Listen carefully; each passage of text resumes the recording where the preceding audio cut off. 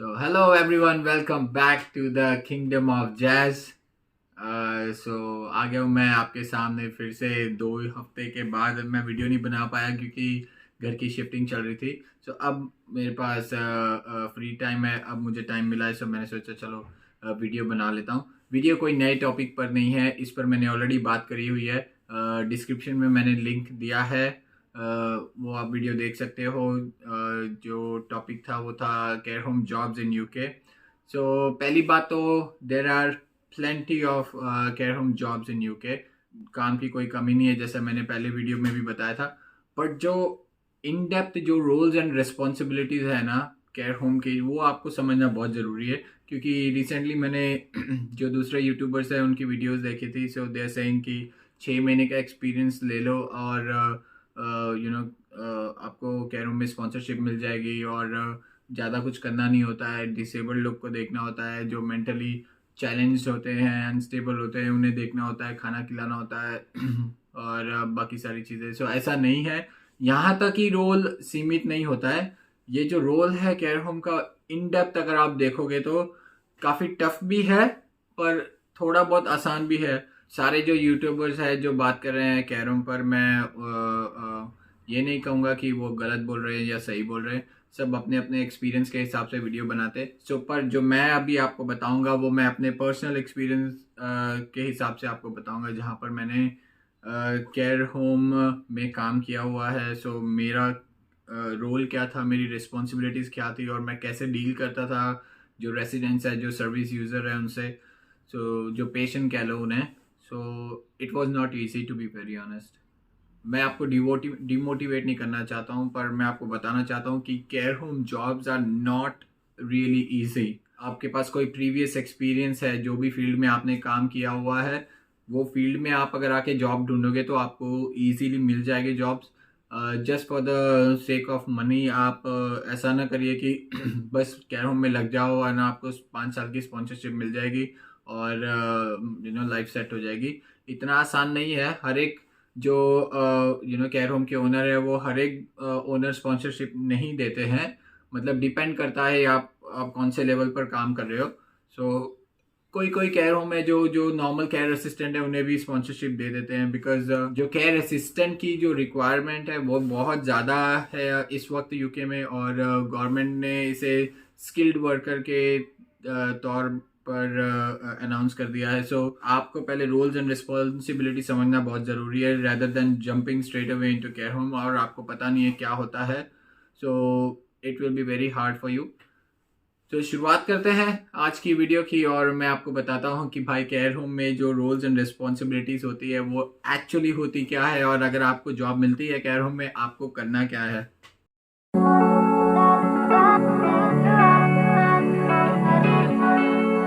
सबसे पहले तो ये आप समझ लीजिए, केयर होम जो है वो अलग होता है और होम केयर जो होता है वो अलग होता है।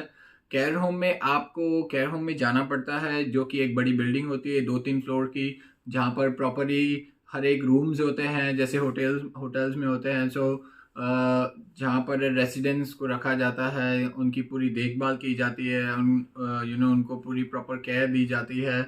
और होम केयर जो होता है जहाँ पर जो एम्प्लॉय है उन्हें पर्सनली सर्विस यूज़र के घर में विजिट करना पड़ता है, यानी कि पेशेंट के घर में जा करके उनकी केयर करनी पड़ती है, उनको देखभाल करनी पड़ती है, उन्हें देखना पड़ता है, खाना खिलाना पड़ता है, या जो भी सारी रिस्पॉन्सिबिलिटीज़ है वो आपको करनी पड़ती है। मैंने जो काम किया था वो मैंने केयर होम में काम किया था। मेरी ड्यूटी स्टार्ट होती थी night 8 o'clock to morning 8 o'clock।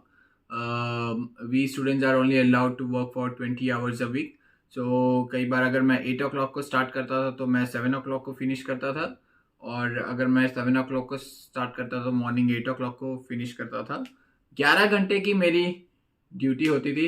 Actually 12 घंटे की होती है, लेकिन बीइंग अ स्टूडेंट है ना, तो मैं 20 घंटे ही काम करता था वहाँ पे। 11 घंटे की ड्यूटी होती थी, उसमें जो 1 घंटे की ब्रेक होती है वो अनपेड ब्रेक होती है। आपको एक्चुअली जो केयर होम पे करता है वो 10 hours के लिए पे करता है। ठीक है, फॉर एग्जांपल £9.50 पर आवर है, तो आप 10 घंटे का हिसाब लगा लो। आप हफ्ते में 2 दिन काम करोगे वहाँ पे, तो उस हिसाब से आप हिसाब लगा लो कि आपकी सैलरी कितनी होगी। ठीक है। सो केयर होम में जब मैं जाता था, सबसे पहले आपको हैंड ओवर लेना पड़ता है डे स्टाफ से। डे शिफ्ट कर रहे हो तो आपको नाइट स्टाफ से हैंड ओवर लेना पड़ता है। हैंड ओवर यानी कि पूरे दिन में जो पेशेंट्स है उन्होंने क्या क्या काम करा। कोई पेशेंट्स है जिन्हें ज़्यादा तकलीफ थी, या वो अनसेटल्ड थे, या एग्रेसिव मोड में थे। सो या कोई रेसिडेंट जो बहुत ही अच्छे से अपना दिन बिता लिया जिन्होंने, या अच्छे से रात बिता ली उन्होंने, सो वो सारा प्रॉपर हैंड ओवर लेना पड़ता है। उसके बाद आपको आपकी ड्यूटी परफॉर्म करनी पड़ती है। सो जब आप हैंड ओवर ले लेते हो, फिर आपको लाउंज में जाना पड़ता है। लाउंज में जाके उनके लिए सफ़ा उनको सर्व करना पड़ता है, जो कहते हैं सफ़ा राउंड्स। जितने भी रेसिडेंट ऑन फ्लोर होते हैं उन्हें सबको आपको चाय या योगर्ट या थिकना, जो रेसिडेंट्स है, हर एक रेसिडेंट्स की कैपेसिटी नहीं होती है कि वो खाना खा ले। कोई रेसिडेंट्स जो होते हैं जो इजीली खा सकते हैं, कोई होते हैं जो नहीं खा सकते हैं। जो नहीं खा सकते हैं, आपको नर्स से गाइडेंस लेके वो क्या खा सकते हैं, उनके लिए क्या अवेलेबल है, किचन स्टाफ ने उनके लिए क्या बनाया है, उस हिसाब से आपको उनको सर्व करना पड़ता है, जो कि बहुत ज़रूरी होता है। सफा राउंड के बाद बेसिकली आपको उन्हें बेडरूम में ले जा करके सुलाना पड़ता है, जहाँ पर आपको उन्हें पर्सनल केयर भी देनी पड़ती है। पर्सनल केयर बेसिकली होता है कि आपको उनके पैड्स वगैरह चेंज करने पड़ते हैं। अगर आपको लगता है कि उन्हें नहलाने की ज़रूरत है, तो आपको उन्हें शावर देना पड़ता है। एंड देन वो सारी चीज़ें आपको दोबारा आकर के बुक उनकी जो होती है उसमें आपको डॉक्यूमेंट करना पड़ता है सारी चीज़ें। एंड देन सो सफ़ा राउंड के बाद पर्सनल केयर राउंड होता है। एंड देन आकर के आप सारी चीज़ें डॉक्यूमेंट करते हो, उनका बिहेवियर कैसा था, आपने उनको पर्सनल केयर दी है या नहीं दी है, या फिर आपने उनको नहलाया है या नहीं नहलाया है, वो सारी चीज़ें आपको डॉक्यूमेंट करनी पड़ती है। उसके बाद होता है ब्रीदिंग चेक, जहाँ पे आपको दोबारा जाकर के उनको चेक करना पड़ता है whether they are okay or not, whether they are breathing properly or not. And then after again you have to do the care rounds, where you again have to do the pad changings. Like you have to check the residents whether they are okay, and if they need pad changing or not. So if they need pad changing, then you have to take another staff help and change their pads, and clean them properly and make sure their beddings are okay and the room is okay. So these are the things you have to do. Again, you have to do the breathing check, and then again you have to do the last pad changing round. So जब last pad changing round करते हैं, so morning के time पे you have to get them up. If the service user wants to get up in the morning, so you have to give them a shower, then take them to the lounge and offer them a cup of tea. And खाने के अगर उनको कुछ खाना है तो आपको वो खिलाना पड़ता है। एंड देन जब आपकी शिफ्ट ख़त्म होती है, अगेन आपने पूरे रात भर में क्या काम किया है वो आपको डे स्टाफ को हैंड ओवर देना पड़ता है। सो ये जो जॉब रोल है केयर होम का, केयर असिस्टेंट का, आप जितना आसान समझते हो उतना आसान है नहीं, टू बी वेरी ऑनेस्ट। अगर आपने कभी इस बारे में सोचा ही नहीं है और फिर आप केयर होम में जॉब देख रहे हो कि मिल जाए बस मैं काम कर लूँगी या कर लूँगा, तो ये आपके लिए टफ हो सकता है। जस्ट पैसा कमाने के चक्कर में या 5 साल का स्पॉन्सरशिप लेने के लिए केयर होम की जॉब ना करें। अगर आपके पास पैशन है ये काम करने का, सो आप कर सकते हो। अगर आपके पास हेल्थ केयर बैकग्राउंड है, आप इंडिया में नर्स रह चुके हो, या आपने हॉस्पिटल में काम करा हुआ है, सो आप ये काम कर सकते हो ईजिली। क्योंकि इसमें डिफ़िकल्टीज ये होती है, then when they open their bowel you have to change them. It's sometimes you feel uneasy, and sometimes you don't feel comfortable whether they are male or female. You have to change them, you have to give them proper care, you have to give them shower.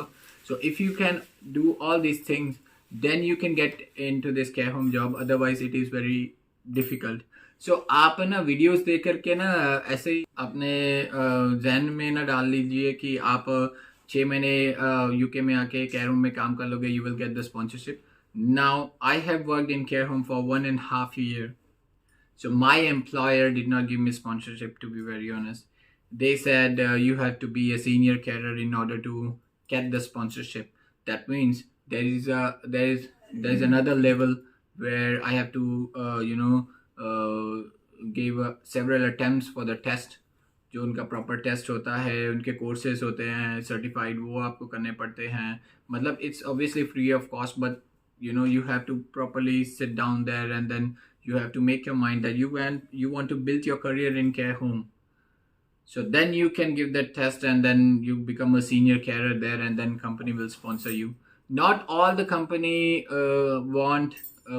not all the company gives sponsorship to senior carer. या कोई जो companies होते हैं वो normal care assistant है, उनको भी sponsorship दे देते हैं. अब जो सबसे ज़्यादा रिक्वायरमेंट चल रही है वो केयर होम में चल रही है, प्लस होम केयर जो है जहाँ पर आपके पास गाड़ी होनी चाहिए. जो 8 घंटे की आपकी शिफ्ट होगी या 10 घंटे की आपकी शिफ्ट होगी, वो आप अपनी गाड़ी चला करके, जो जैसे मैंने बताया था स्टार्टिंग में कि जो पेशेंट होता है उनके घर में जा करके आपको केयर देनी पड़ती है. सो पूरे दिन भर में आपको मे बी वो जो कंपनी है आपकी, वो आपको एक केयर मतलब एक पेशेंट को अलॉट करेगी या 2 पेशेंट को अलॉट कर सकते हैं. जैसे 4 घंटे आपको ये पेशेंट को देखना है, दूसरे 4 घंटे आपको दूसरे पेशेंट को देखना है. सो ऐसा होता है होम केयर में. सो ये डिफरेंस आप समझ लीजिए. Care home is different, home care is different. जो जॉब रोल्स एंड रिस्पॉन्सिबिलिटी होती है वो इक्वली होती है, वो सेम ही होती है ऑलमोस्ट. सो अगर आप ये काम कर सकते हो तो ही आप केयर होम में आइए और स्पॉन्सरशिप लीजिए. पर मेक श्योर आप इंटरव्यू के टाइम पे सारी इंक्वायरीज जो एम्प्लॉयर से ले सकते हो वो ले लीजिए, या मैनेजर से ले लीजिए जब आप इंटरव्यू करते हो. और क्योंकि आपको बाद में निराशा नहीं होनी चाहिए कि आपने 1.5 साल काम कर लिया या साल भर काम कर लिया या 6 महीने काम कर लिया केयर होम में, बट आपको स्पॉन्सरशिप नहीं मिली, जैसे मुझे नहीं मिली थी, तो मुझे निराशा हाथ लगी थी. So it depends on you where you want to work. So सोच समझ के डिसीजन लीजिए. कोई काम छोटा बड़ा नहीं होता है, सारे काम इक्वली माने जाते हैं, सारे काम यहाँ पर इक्वली होते हैं.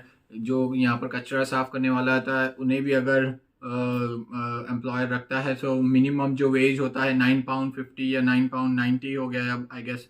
सो वो उनको उतना वेज तो देना ही पड़ता है जितना.